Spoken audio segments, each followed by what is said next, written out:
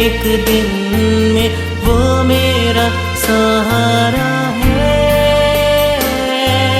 वो मेरा आनंद हर एक दिन में वो मेरा सहारा है।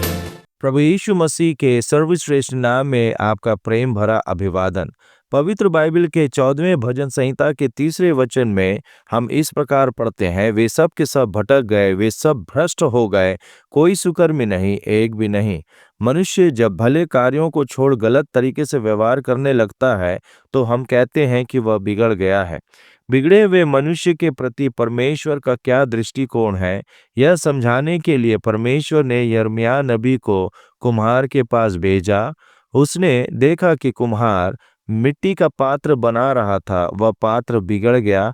तब उसने उसे तोड़ा और उससे दूसरा पात्र बनाया जैसा वह चाहता था। वास्तव में परमेश्वर एक कुशल कुम्हार है।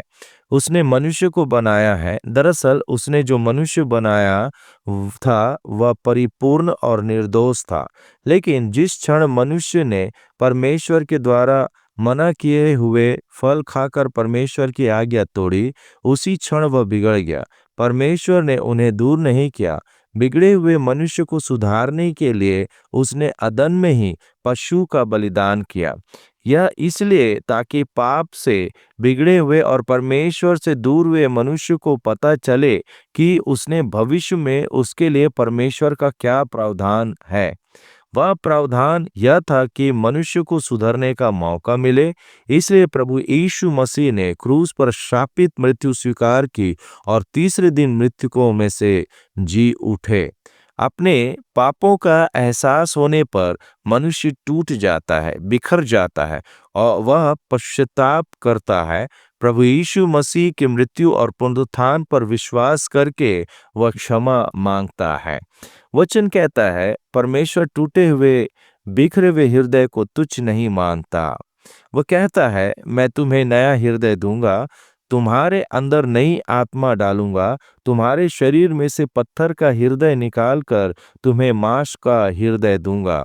मैं तुम्हारे अंदर अपनी आत्मा डालूंगा और तुम मेरे नियमों पर चलोगे, मेरे व्यवस्था का पालन करोगे और उनके अनुसार चलोगे। इस प्रकार बिगड़े हुए लोगों को परमेश्वर फिर से बनाता है। वह परमेश्वर की नई सृष्टि बन जाता है। क्या आप भी परमेश्वर की नई सृष्टि बनना चाहते हैं? परमेश्वर आपकी सहायता करे।